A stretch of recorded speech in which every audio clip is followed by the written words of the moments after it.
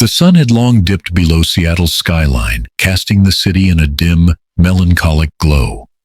Clara Mendez wiped her hands on her worn cleaning apron, exhaustion weighing down every step as she exited the office building where she worked. Her phone buzzed in her pocket. The hospital's number flashed on the screen. Her chest tightened. "Miss Mendez." The nurse's voice on the other end was calm but carried the heaviness of bad news. "Your mother's condition has worsened. We'll need to run additional tests immediately." Clara's throat constricted as the reality of their situation slammed into her. I'll figure something out," she whispered, hanging up before her voice broke. Her bank account was nearly empty. The rent was already overdue, and she knew there wouldn't be leniency this time. As Clara turned the corner toward her apartment, a black sedan pulled up abruptly. She froze, instinctively stepping back as the car door opened. Ethan Cross emerged, his sharp suit gleaming under the streetlights. His face, a mask of composed indifference, bore none of the weariness she carried. "Clara," Ethan began, his deep voice commanding attention. "I need a moment." She crossed her arms, wary. "What do you want, Mr. Cross? It's late." "I have a proposition." He stepped closer, his gaze sharp but unreadable. "Attend a gala with me tomorrow night, as my girlfriend." Clara blinked, sure she had misheard. "Your girlfriend?" She let out a hollow laugh. "Did I accidentally stumble into a bad rom-com?" Ethan didn't flinch. "It's a strategic arrangement, nothing more. 2 months of your time, and I'll pay you enough to cover whatever financial issues you're dealing with." Clara's stomach churned. The way he said it, like he'd plucked her struggles from thin air, made her want to walk away. But the thought of her mother in a hospital bed kept her rooted. "Why me?" she asked, her voice tight. "Because you're unassuming. No one would suspect this is a charade." He tilted his head, studying her. "And you seem reliable," she scoffed. "Reliable? That's your criteria for a fake girlfriend?" Ethan's jaw tensed. "Do you want to keep arguing semantics, or do you want to solve your problems? The choice is yours." Clara's fists clenched at her sides. The audacity of this man. But as much as her pride screamed at her to refuse, a colder, more desperate voice whispered that this was the solution she needed. She thought of her mother's frail hands clutching hers earlier that day, her whispered apology for being a burden. Clara swallowed hard. "I'll think about it," she said, her voice barely above a whisper. "You have until tomorrow morning." Ethan handed her a card with his address. "Decide quickly, Clara. Time waits for no one." As the sedan pulled away, Clara stared at the card in her trembling hand. The streetlights above flickered, mirroring the storm brewing inside her. Was she really about to sell her dignity for money? Or was this her only chance to save her mother and escape the spiral pulling her down? She clenched the card tighter, her resolve hardening. Whatever tomorrow brought, it wouldn't break her. Not again. Clara stood in the entryway of Ethan's penthouse, her well-worn sneakers squeaking against the polished marble floor. The vast modern space stretched before her like a museum exhibit, cold, immaculate, and completely devoid of life. Floor-to-ceiling windows showcased Seattle's skyline, glittering in the twilight, but the view only heightened her sense of disconnection. "Take your shoes off," Ethan's voice snapped from across the room. He was standing by the open-concept kitchen, scrolling through his phone, his tone as brisk as ever. "This isn't some roadside motel." Clara stiffened, biting back a retort. She bent down, slipping off her shoes and tucking them awkwardly to the side. Her mismatched socks peeked out, a small reminder of the life she'd left behind just hours ago. She straightened, squaring her shoulders. "Nice place," she said, her voice laced with sarcasm. "It's functional," Ethan replied without looking up. "Your room is at the end of the hall on the left. Keep your things contained to that space. Ellie will deliver your wardrobe tomorrow morning, and we'll start preparation for the gala after lunch." "Preparation?" Clara echoed, folding her arms. "What am I, a mannequin?" Ethan finally glanced up, his gaze sharp. "You're whatever I need you to be, Clara. Let's not complicate this arrangement with unnecessary questions." Her jaw tightened, but she held her tongue, for now. "Anything else?" she asked, her voice carefully neutral. "Yes." He gestured toward a sleek black door on the far side of the room. "Don't touch that room.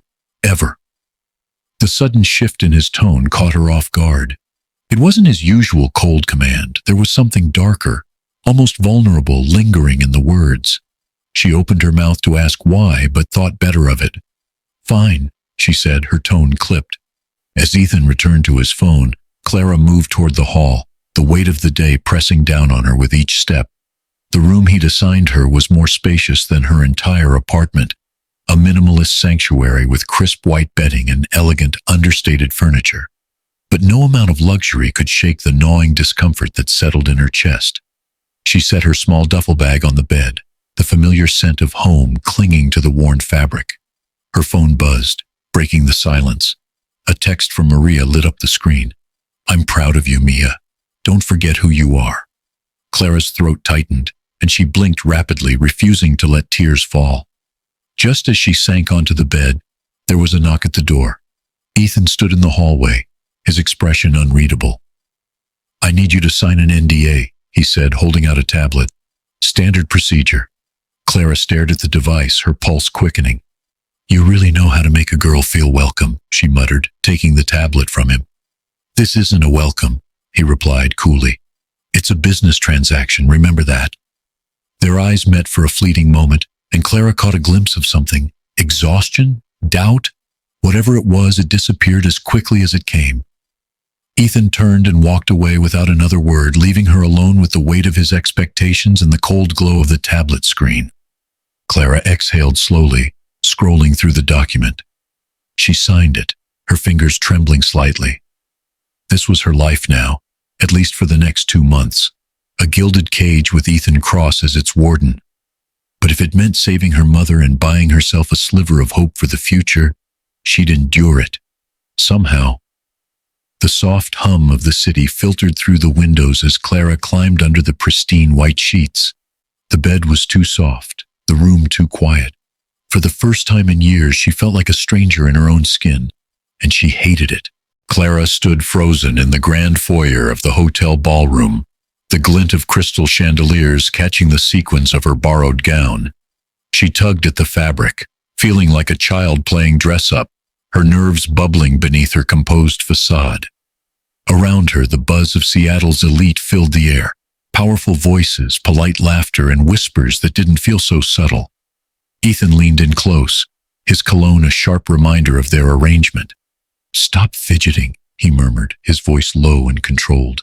"You're here to blend in, not draw attention." Clara shot him a sideways glance. "That's easy for you to say," she whispered back. "You've lived in this bubble your whole life. I'm just trying not to trip." "You won't," he replied, offering his arm. His smile was practiced, flawless, and entirely insincere. "Shall we?" As they entered the ballroom together, Clara felt every set of eyes swivel toward them. Her stomach churned, but she kept her head high, reminding herself why she was here.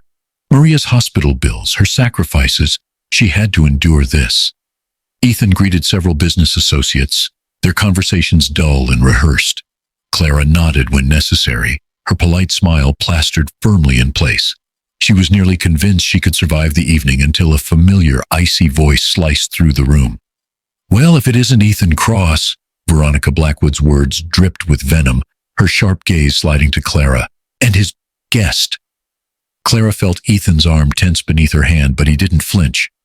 "Veronica," he said smoothly, "how delightful to see you." Veronica's smile was razor-thin as she turned to Clara. "I don't believe we've met." Before Clara could respond, Veronica extended a hand adorned with a diamond the size of a walnut. "Veronica Blackwood," she said, her tone sweet enough to curdle milk. "Ethan and I used to be engaged." Clara hesitated, then shook her hand. "Clara Mendez." "Charmed, I'm sure," Veronica replied, her smile hardening. "Ethan has such unique taste these days." Clara's cheeks burned, but she forced herself to stay calm. "I'd say so. He seems to have a knack for finding authenticity." Veronica's eyes narrowed, and Ethan subtly shifted closer to Clara, his presence an unspoken shield. "If you'll excuse us, Veronica," he said coolly, guiding Clara toward another corner of the room. "You held your ground," he murmured once they were out of earshot. "Good." Clara wasn't sure if it was praise or observation, but it didn't matter. The momentary victory was short-lived as she overheard murmurs around the room, whispers questioning who she was, why she was with Ethan, and whether she was yet another fleeting accessory in his life. As the evening dragged on, Clara found herself cornered again, this time by a group of socialites led by Veronica. The women's smiles were practiced, their words sharp. "So, Clara," one of them said, feigning interest, "what do you do?" "I'm a cleaner," Clara replied simply, refusing to hide. The silence that followed was deafening. Veronica chuckled, the sound cold and cutting. "How refreshing. Ethan, always the philanthropist." The jab landed harder than Clara expected, but before she could respond, Ethan appeared at her side. His hand rested on the small of her back, a calculated move but comforting nonetheless. "Clara is more than capable of holding her own," he said evenly, his gaze locking with Veronica's. "And I suggest you don't underestimate her." The room seemed to hold its breath as Veronica's smile faltered. Clara glanced at Ethan, her chest tightening. For the first time, his defense felt less like an act and more like a choice. The rest of the evening passed in a blur, the tension lingering between them. As they left the gala, Clara finally broke the silence. "Why did you do that?" "Do what?" Ethan asked, his tone neutral. "Defend me," she pressed. "You didn't have to."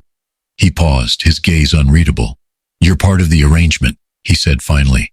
"If they attack you, they attack me." Clara wanted to argue, to dissect his words, but exhaustion weighed her down.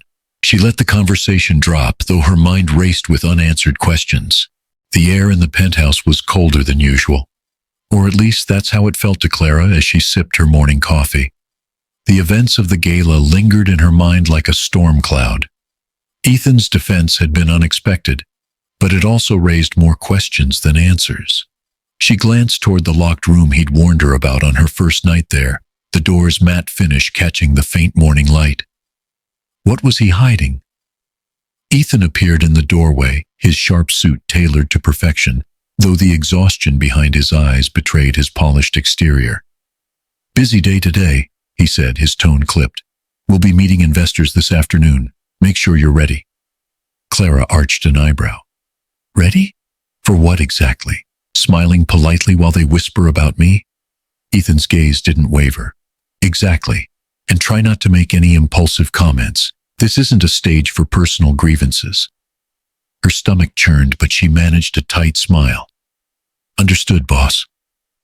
As he turned away, Clara couldn't help but notice the tension in his shoulders, a stiffness that hadn't been there before.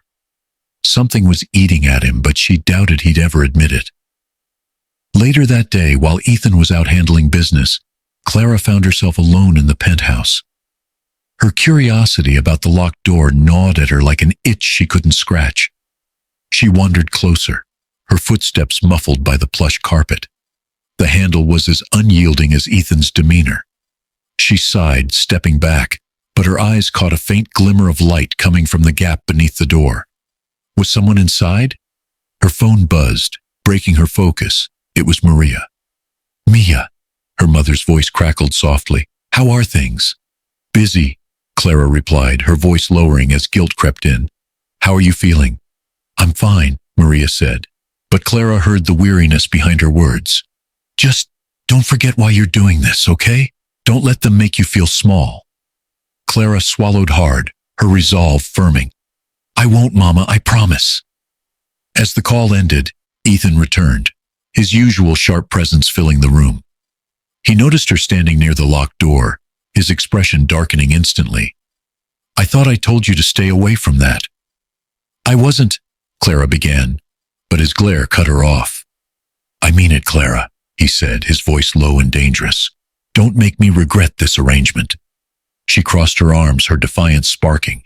"Maybe if you trusted me, I wouldn't feel the need to ask questions." "Trust has to be earned," Ethan snapped, his tone icy. "And right now, you're not doing yourself any favors." The tension between them was palpable, but neither broke the stare until Ethan turned and walked away, leaving Clara seething. She retreated to her room, her mind racing. What was he hiding in that room, and why was he so defensive? The more she tried to ignore it, the more it consumed her thoughts. That evening, as the city's lights twinkled against the darkened sky, Ethan knocked on Clara's door. She opened it reluctantly, his expression softer than before. "I shouldn't have snapped at you earlier," he admitted. "There are things about my past I'm not ready to discuss." Clara frowned, caught off guard by his vulnerability. "If this is going to work, you need to be honest with me too." He hesitated, his eyes searching hers before he gave a small nod. "Fair enough." For the first time, Clara saw a crack in his armor, a fleeting glimpse of the man behind the facade. She wasn't sure what to make of it, but one thing was certain. Ethan Cross had secrets, and sooner or later, they'd come to light. The sound of Clara's footsteps echoed faintly in the marble-floored lobby of Ethan's company headquarters. The sterile corporate air felt oppressive, but she held her head high. She had survived the gala. She could handle this. Today was about appearances. Nothing more, nothing less. Ellie greeted her at the elevator, her kind but efficient demeanor a stark contrast to the tension building in Clara's chest. "The investors' meeting starts in 20 minutes, Ellie said briskly, handing Clara a sleek leather portfolio. "Stick close to Ethan, and remember, less is more." Clara nodded, clutching the portfolio as though it might steady her nerves. "Got it. Smile, nod, and don't embarrass him." Ellie smirked. "Something like that." As the elevator doors slid open, Clara found herself face to face with Veronica. The woman's predatory grin widened as she took in Clara's presence. "Oh, Clara, I didn't expect to see you here. Upgrading from mopping floors to playing dress-up, are we?" Clara's jaw tightened, but she refused to rise to the bait. "Some of us know how to multitask," she said evenly, brushing past Veronica and into the conference room. Ethan was already there, his commanding presence dominating the room. His eyes flicked to Clara as she entered, giving the faintest nod of approval. She took her seat beside him, acutely aware of the curious glances from the investors. Every detail of her appearance, every word she might say would be scrutinized.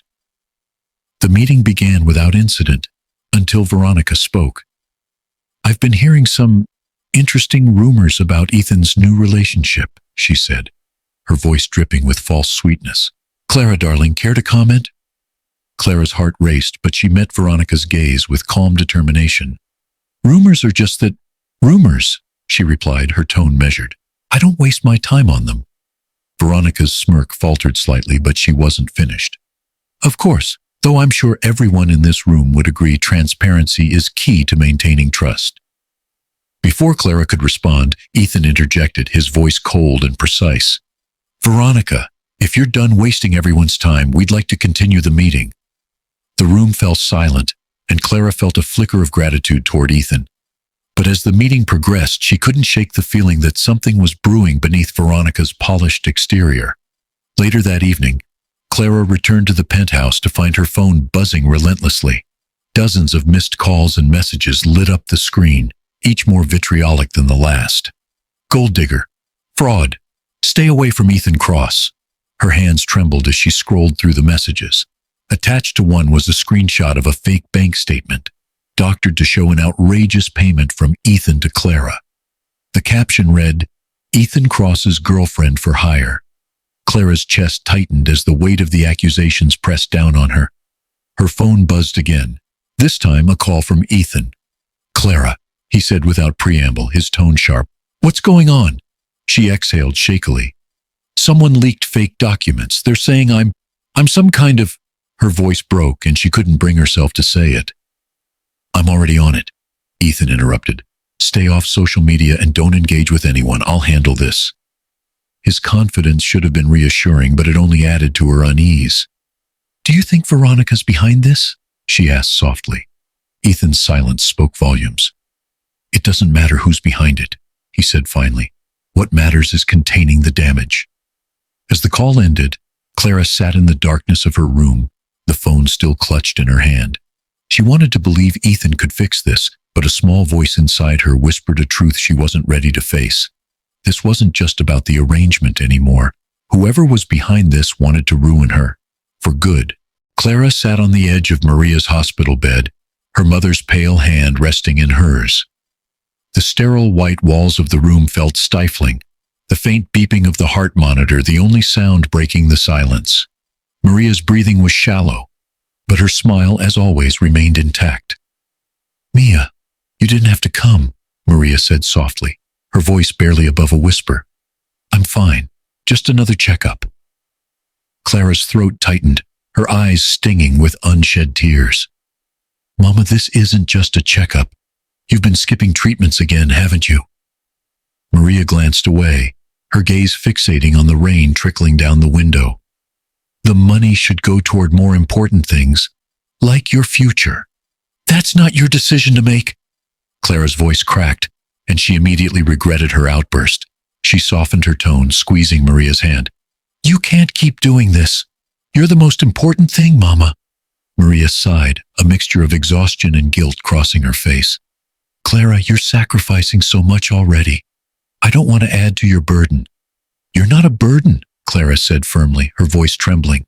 "You're my mother. You raised me to fight, to never give up. How can I do that if you won't fight too?" Maria's eyes glistened with tears, but she quickly blinked them away. "I'm trying, Mia. I am." The door creaked open, and a nurse entered with a clipboard. "Miss Mendez, we'll need to discuss the costs of the next round of treatments," she said gently, avoiding eye contact. "You can meet me at the desk when you're ready." Clara nodded, her stomach twisting into knots. As the nurse left, she forced a smile for Maria. "I'll take care of it, Mama. Don't worry about anything." Maria studied her daughter for a moment, her brow furrowing. "And how are you taking care of it? This arrangement with Ethan, are you sure it's worth it?" Clara froze, the weight of her mother's words settling on her shoulders. "It's complicated," she admitted, her voice barely audible. "But it's helping, for now." Maria reached up, brushing a strand of hair from Clara's face. "Promise me one thing," she said, her tone serious. "Don't lose yourself in all this. Money comes and goes, but your heart, that's what makes you who you are." Clara swallowed hard, her chest aching. "I promise, Mama." As she left the hospital, the cold evening air hit her like a wave. But it wasn't enough to clear her spinning thoughts. She pulled out her phone and stared at the messages flooding in, some hateful, others pitying. She couldn't let them get to her, but each word felt like a pebble added to the mountain she was carrying. Her phone buzzed again, this time with a call from Ethan. She hesitated before answering. "What is it?" "I need you to focus," Ethan said, his tone as sharp as ever. "The situation with the investors is escalating. If you can't handle the pressure, this arrangement isn't going to work." Clara's frustration boiled over. "You think I don't know pressure? You think my entire life hasn't been one long lesson in handling it?" Ethan paused, his silence heavier than his words. "Just be ready for tomorrow. This has to go perfectly." The call ended abruptly, leaving Clara standing alone on the sidewalk, her phone clutched tightly in her hand. She looked up at the gray sky, the rain beginning to fall in cold, steady drops. Her mother's words echoed in her mind, intertwining with Ethan's demands. "Don't lose yourself." Clara inhaled deeply, steadying herself. She couldn't let the weight of everything crush her, not when so much was at stake. The sharp, salty air of Pike Place Market hit Clara as soon as she stepped out of the car. The vibrant hum of life was a stark contrast to the polished silence of Ethan's penthouse. Stalls bursting with fresh produce, handcrafted goods, and bustling vendors painted a scene so alive it felt like another world. Clara inhaled deeply, letting the energy wrap around her, even as Ethan trailed behind her with his usual air of detachment. "This is supposed to make me relatable?" Ethan asked, his tone laced with skepticism as he adjusted his tailored coat. Clara turned, an eyebrow arching. "No, this is supposed to make you human. Relatable is just a bonus." Ethan sighed but didn't argue, his gaze drifting over the crowd. Ellie had suggested this excursion, a calculated effort to soften Ethan's image for a series of upcoming media engagements. But as much as Clara knew this was just another charade, being here made her feel normal, even if just for a moment. "Come on," she said, her tone light as she gestured toward a small bakery stall nestled between two larger vendors. "I want to show you something." Ethan hesitated but followed, his hands tucked into his pockets. The smell of freshly baked bread and sugary pastries wafted toward them, and Clara's face lit up as she approached the elderly woman behind the counter. "Hi, Mrs. Vargas." "Clara," the woman exclaimed, her weathered face breaking into a warm smile. "It's been too long, mija. How's your mama?" Clara's chest tightened at the question, but she forced a smile. "She's hanging in there. And you? Business good?" Mrs. Vargas nodded enthusiastically, her hands dusted with flour as she gestured to the neatly arranged trays of pastries. "Busy as ever. The usual?" Clara nodded, pulling out a few crumpled bills from her pocket. Ethan stepped forward, holding out a sleek black card instead. "I'll take care of it." Clara shot him a sharp look. "I don't need you to—" "It's fine," Ethan interrupted, his tone firm. "Let me." Mrs. Vargas looked between them curiously but didn't comment, handing over a small box of empanadas. Clara took the box, her fingers brushing against Ethan's briefly. The touch lingered longer than it should have, a spark of something unspoken passing between them before she quickly turned away. "Why this place?" Ethan asked as they walked toward a quieter corner of the market. "Why her?" Clara opened the box, offering him one of the pastries. "My dad used to bring me here when I was little," she said quietly. "Every Saturday without fail. Mrs. Vargas was his favorite, and it became ours too." Ethan studied her for a moment before accepting the pastry. "Your father, is he—" "Gone," Clara said softly, cutting him off. "He passed when I was 18. Heart attack." She looked away, blinking rapidly. "This place is one of the last connections I have to him." Ethan didn't respond immediately, but when he did, his voice was softer than she'd ever heard it. "I didn't know." "You didn't need to," Clara replied, her tone sharper than she intended. "This isn't about you, Ethan." For a moment he seemed taken aback, but then he nodded. "Fair enough." As they walked back through the market, Clara couldn't shake the strange shift in his demeanor. He seemed less composed, more human. She caught him watching the street performers with a faint smile, his shoulders less rigid than usual. It was fleeting, but it was there. When a street vendor called out trying to sell Ethan a bouquet of flowers, Clara laughed at the sheer absurdity of it. To her surprise, Ethan bought the bouquet without hesitation, handing it to her with a small, almost shy grin. "For the investors," he said quickly, his voice carrying an edge of self-consciousness. Clara stared at the flowers, her laughter fading into something softer. "Sure," she said, her tone teasing but gentle. "For the investors." The ride back to the penthouse was quiet, the bouquet resting between them like a fragile truce. Clara didn't know what had shifted between them, but for the first time she found herself wondering if maybe, just maybe, there was more to Ethan Cross than she had realized. The muted ticking of the grandfather clock and Harold Bennett's expansive study filled the air with an almost ominous rhythm. Ethan stood rigid near the window, staring out at the sprawling estate he'd once called home. Behind him, Harold sat comfortably in his leather armchair, his hands clasped together as though he were addressing a subordinate, not his son. "You're slipping, Ethan," Harold said, his voice low but cutting. "The board is starting to doubt your leadership. They're asking questions about distractions." Ethan turned slowly, his jaw clenched. "If you have a point, I suggest you make it." Harold raised an eyebrow, his expression unreadable. "Your little girlfriend." What was her name again? Clara? Ethan's stomach tightened, though his expression remained neutral. "What about her?" "She's a liability," Harold said bluntly, leaning forward. "Whatever game you're playing, it's only working against you. Investors want stability. They want someone who reflects the company's values. And right now, that's not you." Ethan's hands curled into fists at his sides. "This arrangement has nothing to do with the company. It's a personal matter." Harold smirked, his gaze sharp. "There's no such thing as personal at your level, Ethan. Everything you do reflects on the company, and by extension on me." The weight of his father's words pressed down on Ethan, but he refused to let it show. "What exactly are you proposing then?" "End it," Harold said simply, his tone as cold as the marble floors beneath them. "Send her back to whatever hole she crawled out of and find someone suitable, someone like Veronica." Ethan let out a bitter laugh, the sound harsh in the still room. "Veronica? You mean the woman who tried to humiliate Clara in front of half the city?" "She's a known quantity," Harold said dismissively. "Clara is not." And that makes her dangerous. Ethan stepped closer to the desk, his voice lowering. Clara is not your concern. This is my life, my decision. Harold's eyes narrowed. Don't delude yourself, Ethan. You're where you are because of me, because of my name, my legacy. Don't think for a second that you can throw that away without consequences.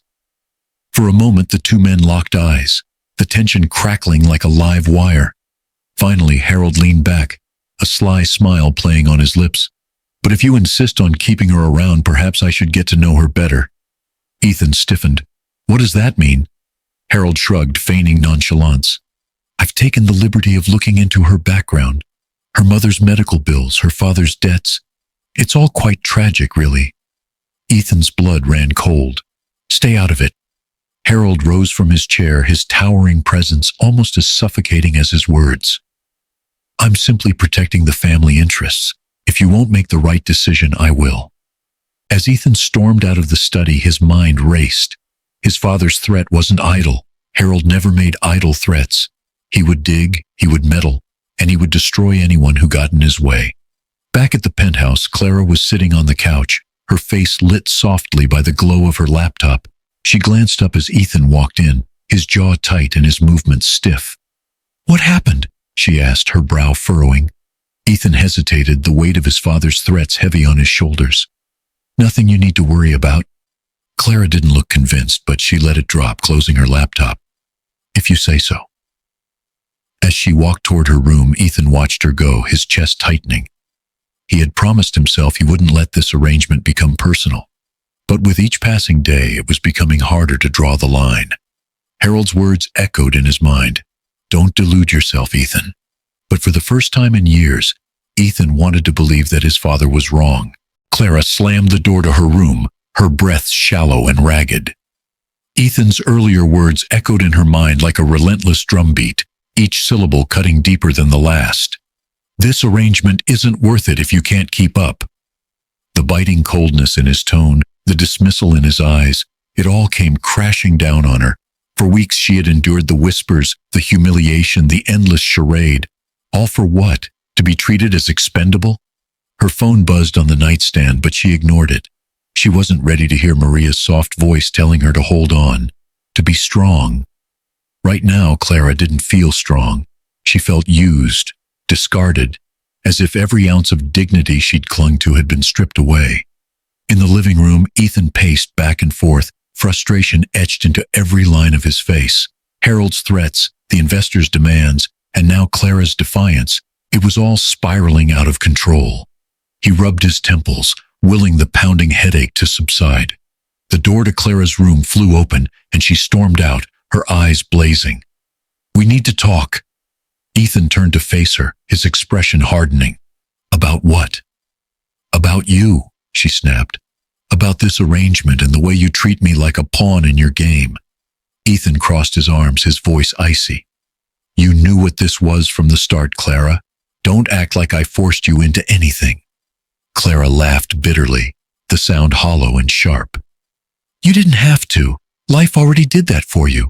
I'm here because I had no choice, Ethan. But that doesn't mean you get to treat me like I'm less than human. Ethan's jaw tightened, but he didn't respond. Clara took a step closer, her voice trembling with barely restrained emotion. Do you even hear yourself? Every time you speak, it's like you're trying to push people away. Maybe that's why your father has so much control over you. Maybe that's why Veronica walked away. Ethan's eyes flashed with anger. You don't know anything about me, he said sharply. You don't know what I've been through or what it takes to run a company like this. And I don't care, Clara shot back, her voice breaking, because all I see is someone so scared of being vulnerable that he hides behind his money and power. Well, guess what? Neither of those things makes you strong. The words hung in the air, raw and jagged. For a moment, Ethan looked as though he might respond, but then he turned away, his silence speaking volumes. Clara's chest heaved as she fought back tears. She had reached her breaking point, and she wasn't going to stand there and be dismissed anymore. I'm done, she said, her voice steady despite the ache in her heart. I'm done pretending this is just about money. You don't see me, Ethan. You don't see anyone but yourself. Ethan's shoulders stiffened, but he didn't turn around. Clara waited for him to say something, anything, but the silence was deafening. With one final glance at his back, she walked to the door, grabbing her coat. "Clara," Ethan said quietly, his voice barely audible. She paused but didn't look back. "What?" He hesitated, his hands clenching at his sides. "Nothing," he said finally. "Forget it." Clara closed her eyes, letting the tears spill over as she opened the door and stepped out into the cold night. The weight of everything, the lies, the pain, the unspoken truths, crushed her as she walked away, unsure if she could ever come back. The silence in the penthouse was suffocating, broken only by the faint hum of the city below. Ethan sat on the edge of the couch, his hands clasped tightly, staring at the untouched glass of scotch on the coffee table. Clara's words replayed in his mind, each one slicing through his defenses like a blade. "You don't see me, Ethan. You don't see anyone but yourself." He leaned back, exhaling sharply, his chest tight. For years, he had carefully constructed this persona, untouchable, unfeeling, controlled. But tonight it felt like that armor had cracked, and Clara's departure had left him exposed. The sharp buzz of his phone pulled him from his thoughts. He glanced at the screen. Harold. His jaw tightened as he let it ring, unwilling to deal with another lecture, another manipulation. But the phone buzzed again, and this time he answered. "What?" Ethan snapped, his tone sharper than intended. "Good to hear your voice, son," Harold said, his tone laced with condescension. "I was beginning to think you were avoiding me. I don't have time for this." "Make time," Harold replied coldly. "I heard about your little fallout with Clara. I assume you're starting to realize the consequences of letting emotions cloud your judgment." Ethan gritted his teeth. "This isn't your concern." "It is when it threatens everything I've built," Harold said sharply. "You're slipping, Ethan, losing focus. That girl—" "Stop," Ethan interrupted, his voice trembling with barely restrained anger. "Clara isn't the problem. You are."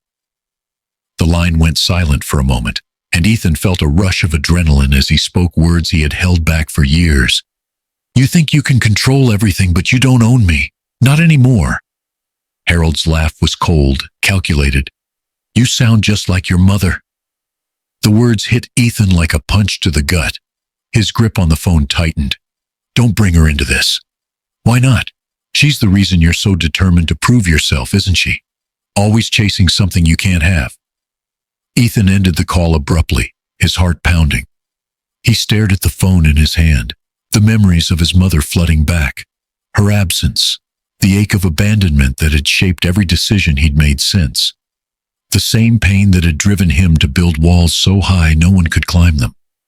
For the first time in years, he felt the weight of those walls crushing him. The next morning, Ethan found himself outside the hospital where Maria was receiving treatment. He hadn't planned to come, but something about the stillness of the penthouse had driven him here. He needed clarity, and he had a feeling Maria might provide it. Maria's eyes widened in surprise as he entered her room.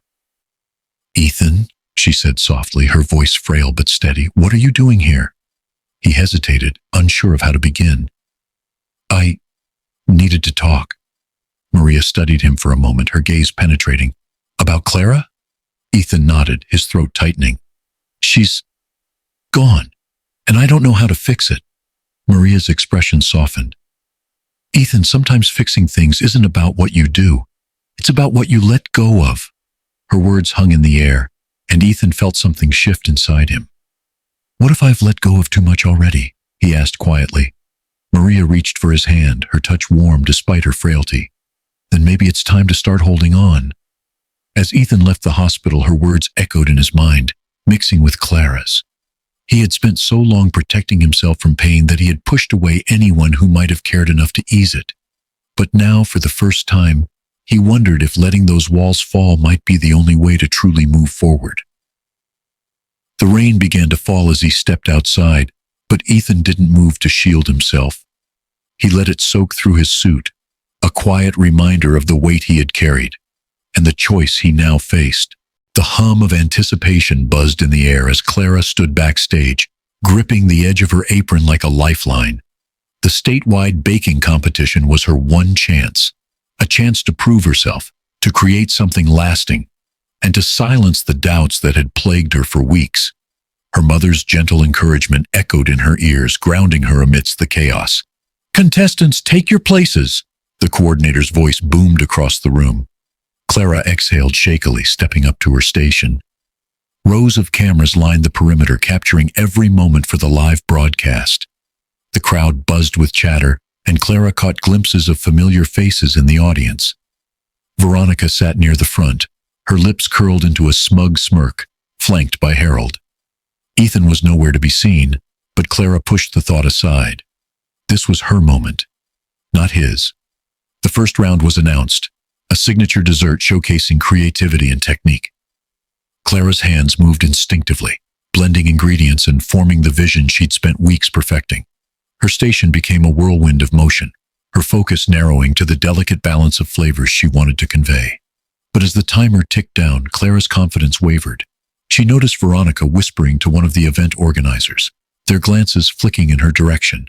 Clara's gut churned, but there was no time to dwell on suspicion. She plated her dessert with seconds to spare, the caramel glaze glistening under the stage lights. As the judges approached her station, their expressions remained inscrutable. Each took a careful bite, murmuring amongst themselves. Finally, the lead judge nodded, a faint smile tugging at his lips. Clara felt a flicker of hope, but it was quickly extinguished when Veronica stepped forward, her voice loud enough for the cameras to catch. "Excuse me," Veronica said, feigning innocence. "I couldn't help but notice. Isn't her glaze a little too similar to one of the recipes in the competition's archive? It would be such a shame if there were any plagiarism issues."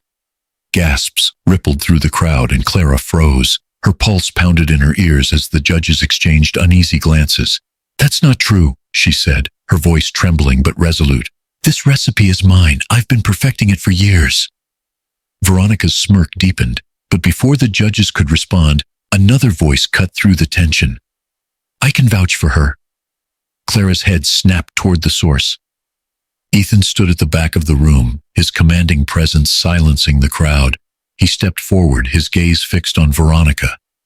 "I've seen Clara work on this recipe. Every detail is hers. If you want proof, check her old notebooks. She's been designing this dessert long before she ever entered this competition." Veronica's confidence faltered, and the judges seemed reassured. The lead judge cleared his throat. "We'll review the matter later, but for now, let's proceed." Clara's chest heaved with relief, but her focus quickly returned to the competition. The final round required contestants to create a themed cake in under 2 hours. Clara threw herself into the work, her hands steady as she crafted a 3-tiered masterpiece inspired by her father's favorite childhood stories. When the timer buzzed, Clara stepped back, her heart pounding. The judges approached, inspecting each detail of her cake. When they took their first bites, their faces lit up with expressions of delight. She felt the weight of the world lift slightly as they announced her as the winner. The applause was deafening, but Clara's eyes searched the crowd for one person. Ethan stood near the edge of the stage, his expression soft and unguarded. As she held her trophy high, Clara realized that for the first time in months, she felt truly seen. The conference room buzzed with anticipation as reporters jostled for position, cameras flashing in a chaotic rhythm. Ethan adjusted his tie, his usual composure betraying hints of tension. Clara stood near the back, arms folded tightly across her chest, unwilling to meet his gaze. "Ladies and gentlemen," Ethan began, his voice steady but tinged with vulnerability. "Thank you for coming." The murmurs quieted as everyone leaned in, waiting for the heir to cross industries to speak. Ethan's hand brushed against the podium, a subtle gesture to ground himself. His eyes swept the room, searching for clarity amidst the sea of judgment. "For months now, my personal life has been the subject of speculation, rumors, accusations, many of them baseless, others—" He hesitated, the weight of his next words evident, not entirely untrue. Clara's breath caught in her throat. The room buzzed with whispers, but Ethan raised a hand, silencing them. "It's time I address the truth." He stepped away from the podium, walking closer to the crowd. The move was deliberate, disarming. "The woman you've all seen with me, Clara Mendez, is not just a face for the cameras or part of some calculated PR strategy. She is someone I deeply respect, someone I have hurt, unfairly used, and taken for granted. Clara stiffened, her fingers digging into her arms. The weight of his admission hung heavy in the room, every eye turning toward her. Ethan's gaze found hers, unwavering, as if willing her to hear the sincerity in his voice. I entered this arrangement thinking it would solve my problems, he continued, his voice faltering slightly. But what I didn't expect was for her to challenge me, to show me the value of integrity, of strength, of humanity. Clara taught me that success isn't about power or control, it's about connection. A reporter raised a hand. Are you saying the relationship was fake? Ethan paused, his jaw tightening before he nodded. Yes. In the beginning it was, but somewhere along the way, his voice softened. It became very real, at least for me. Clara's heart pounded, her emotions warring between anger and something she couldn't yet name. The room erupted into a cacophony of questions, but Ethan raised his hand again, commanding silence. I won't stand here and pretend I've been noble, he said. I've made mistakes, many of them, but I am done letting those mistakes define me, and I am done letting others dictate who I should be. He stepped back to the podium, his voice growing firmer. Effective immediately, I am relinquishing my role as CEO of Cross Industries. My father's vision is not my own, and it's time I find my own path. Gasps rippled through the crowd, reporters scribbling furiously. Harold, seated near the side, looked furious, his face a mask of barely contained rage. Clara's mouth parted in shock, her mind racing to comprehend what Ethan had just done. This isn't about abandoning responsibility, Ethan clarified. It's about reclaiming it. For myself, for the people I care about. He glanced at Clara once more, his eyes softening. And for her. The room erupted into chaos as Ethan stepped down from the podium. Clara stood frozen, watching as he walked toward her. He stopped a few feet away, his voice low enough for only her to hear. I don't expect forgiveness, he said. But I needed you to know. I see you now, and I'm sorry it took me so long. Clara's throat tightened, but before she could respond, Ethan turned, walking out of the room and into the blinding flash of cameras. She stood rooted in place, her emotions a whirlwind, as the weight of his words sank in. The chandeliered ballroom was buzzing with muted conversations, the hum of a perfectly orchestrated fundraiser underway. Veronica floated through the room, her confidence palpable as she mingled with the elite. Her sharp smile and impeccable appearance masked the storm brewing just beneath the surface. Tonight was her stage, a carefully curated moment to reclaim her influence. Clara entered quietly, her presence understated yet striking. She was a world away from the cleaner who had once been dismissed and belittled. Her poise, honed by the fire of recent events, radiated a calm strength that drew attention despite her best efforts to blend into the crowd. Ethan followed closely behind, his gaze scanning the room before landing on Veronica. His expression hardened, a reminder of the unfinished business between them. Clara noticed his tension but said nothing, her own thoughts focused on what lay ahead. Veronica's voice rang out as she addressed the crowd, holding her champagne glass high. Ladies and gentlemen, thank you for joining us this evening to celebrate the achievements of our city's finest minds. Tonight, we honor excellence, innovation, and most importantly, integrity. The word integrity lingered in the air, its irony lost on no one. Ethan's lips tightened into a thin line, but Clara placed a calming hand on his arm, grounding him. They both knew the truth. Veronica's image was a facade, and her carefully built empire was riddled with cracks. As the applause subsided, Ethan stepped forward, his movements deliberate. Veronica's smile faltered for a fraction of a second before she composed herself. Ethan, she greeted, her tone saccharine. What a pleasant surprise. Is it? He replied, his voice even but cold. I wouldn't miss the chance to witness your integrity in action. Her smile tightened. Always the joker. Before she could continue, Clara spoke, her voice steady but cutting. It's interesting, isn't it? How often the loudest voices about integrity have the most to hide. The room grew quiet, curious eyes flicking between the three of them. Veronica's smile remained frozen, but her knuckles whitened around the stem of her glass. Ethan turned to the crowd, his voice rising above the murmurs. "Many of you have heard the rumors, the attacks on Clara, the attempts to discredit her. I think it's time we address the source." Veronica's expression shifted, panic flickering behind her practiced mask. "Ethan, surely this isn't the place." "Oh, but it is," Clara interjected, her tone calm yet piercing. "The truth always has a place, doesn't it, Veronica?" The tension in the room became suffocating as Ethan handed a folder to a nearby staff member who displayed its contents on a projector for all to see. Financial records, falsified documents, and proof of Veronica's behind-the-scenes manipulation filled the screen, her schemes laid bare for everyone to witness. Gasps rippled through the crowd as Veronica's composure finally cracked. "This is a misunderstanding," she stammered, her voice rising. "These are lies, fabricated to ruin me." But the evidence was irrefutable, and the murmurs of support she had once commanded turned into whispers of disbelief. Ethan stepped closer, his voice low but firm. "You've built your career on manipulation and deceit, Veronica. It's over." Veronica's eyes darted around the room searching for an ally, but she found only a sea of judgmental faces. Her power, once absolute, dissolved in an instant. Clara watched silently, her heart heavy despite the justice being served. This wasn't victory. It was the fall of someone who had chosen ambition over compassion, power over people.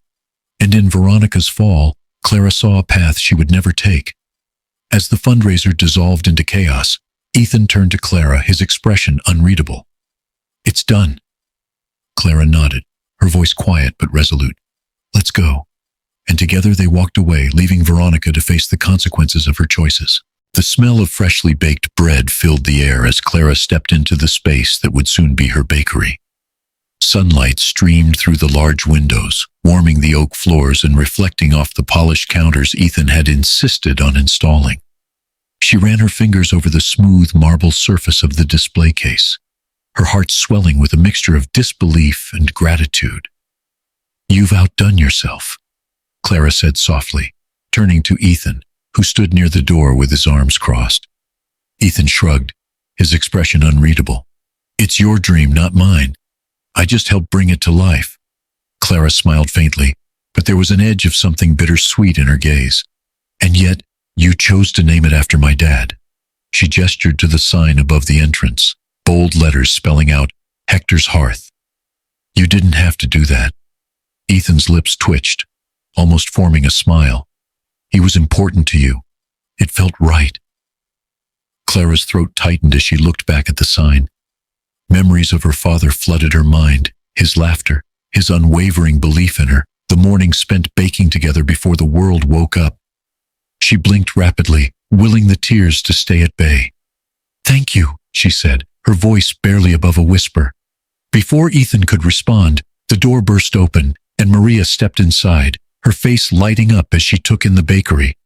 "Mia, it's beautiful," she exclaimed, her hands clasped over her heart. Clara rushed to her mother's side, guiding her to a chair near the counter. "You're supposed to be resting," she scolded gently. Maria waved her off, her eyes shining. "I couldn't miss this. Your father would be so proud." Clara knelt beside her mother, their hands intertwined. "I hope so," she said, her voice thick with emotion. "This is for him. For us." Ethan watched the exchange silently, his usual detachment softening as he saw the bond between Clara and her mother. It was a kind of love he'd never known, selfless, enduring, and unbreakable. For the first time, he felt a pang of longing for something he couldn't quite name. The sound of a doorbell chiming pulled them back to the present. Ellie walked in, carrying a bouquet of flowers. "Thought the place could use a little touch of color," she said with a grin, placing the arrangement on the counter. "Ellie, you're a lifesaver," Clara said, giving her a quick hug. Ellie winked. "Don't I know it? Now let's talk opening day strategy." As the group settled into planning, Ethan found himself standing at the edge of the conversation, watching Clara's energy light up the room. She was in her element, confident, creative, and full of hope.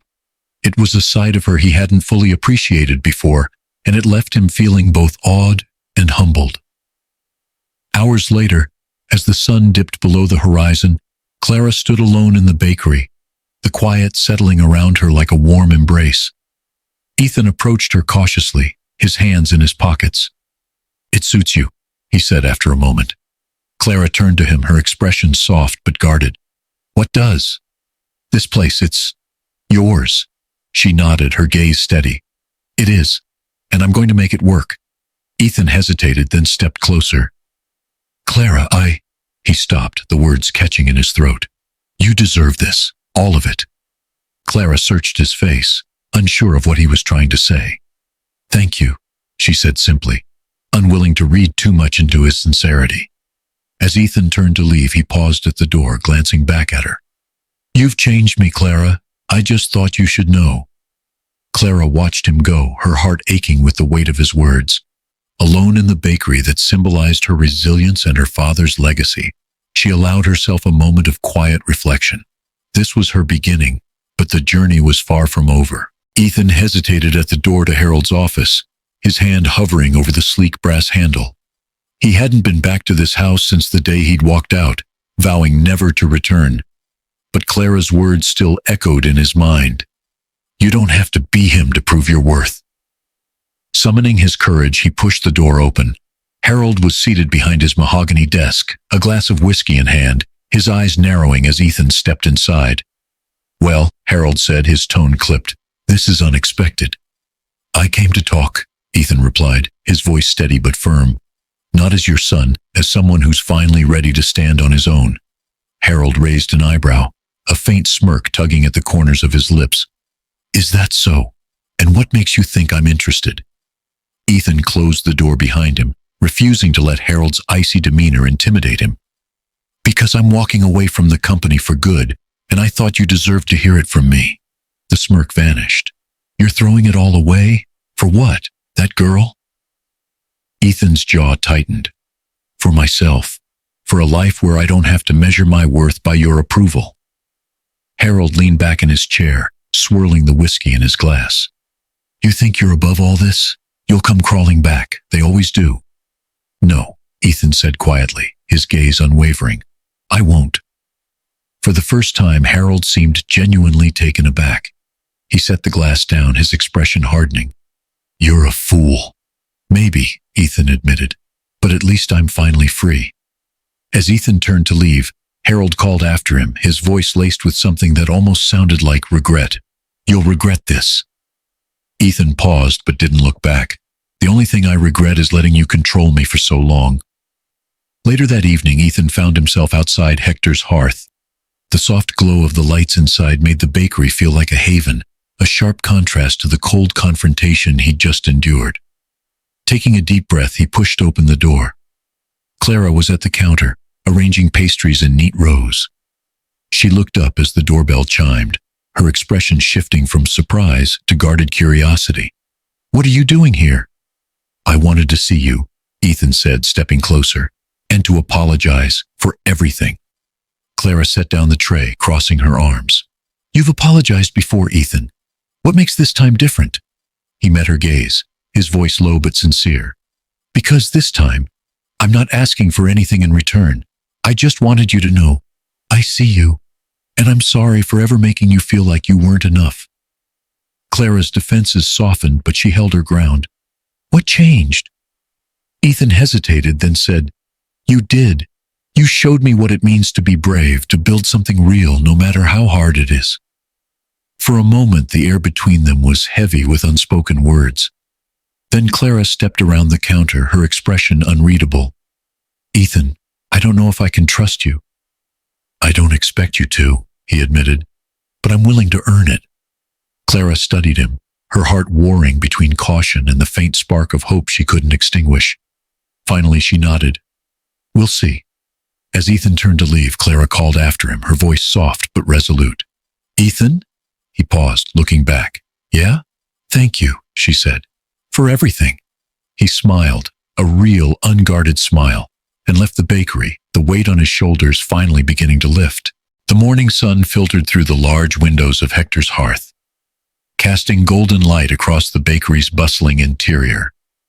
The soft hum of conversations, the clatter of coffee cups, and the aroma of freshly baked bread filled the space with warmth. Clara moved with practiced ease, greeting customers, managing orders, and occasionally wiping her hands on her apron with a contented smile. It had been 3 weeks since the grand opening, and business was thriving. Clara had poured every ounce of herself into making the bakery a success, and the result was a community hub that felt like home, not just for her, but for everyone who walked through the door. Maria sat at a corner table, a steaming cup of tea in front of her as she watched her daughter with pride. Ellie joined her, placing a box of pastries on the table. "You've created something special here," Ellie said, glancing around. "Clara's a force of nature." Maria nodded, her eyes misty. "She's always been that way. Even when she was a little girl, she never gave up on anything." The doorbell chimed and Clara turned, her breath catching when she saw Ethan step inside. He looked different, less polished, more at ease. He wore a simple button-up shirt with the sleeves rolled to his elbows, his usual air of authority replaced with something softer. "Ethan," Clara greeted, her voice steady but laced with surprise. "What are you doing here?" He held up a box tied with a simple ribbon. "I thought I'd bring something for the staff. A peace offering, maybe?" Clara tilted her head, her lips quirking into a faint smile. "A peace offering for what?" "For everything," he said quietly, his gaze holding hers. "And for not giving up on me, even when I made it impossible." Clara glanced toward the counter where a line of customers had formed. "I don't have time for a heart-to-heart right now," she said, though her tone lacked the bite it once carried. "I'll wait," Ethan replied, moving to an empty table near the window. He sat patiently, his eyes occasionally drifting toward Clara as she worked. She could feel his presence, steady and unyielding, but not imposing. Hours later, as the rush slowed and the bakery grew quiet, Clara finally joined him. She sat across from him, her apron dusted with flour. "So," she began, folding her hands on the table, "what do you really want, Ethan?" He hesitated, then said, "To start over with you." Clara's heart skipped a beat, but she didn't let it show. "Start over as what? Friends? Partners?" "Whatever you'll let me be," he said earnestly. "I've spent so much time trying to control everything, and all it did was push people away. But with you, He paused, his voice softening. "You make me want to be better." Clara studied him, her emotions a mixture of caution and hope. Finally, she said, "I'm not looking for grand gestures, Ethan. If you want to be in my life, it has to be real. No more games." "No more games," he agreed, his gaze steady. "Just us." A tentative smile broke across Clara's face, and for the first time in a long while, she felt the weight of the past lift. Maybe, just maybe, this was a beginning she could believe in. As they sat together in the quiet warmth of the bakery, the sun dipped lower in the sky, casting everything in a golden glow. The past was behind them, and the future, though uncertain, felt brighter than it had in years.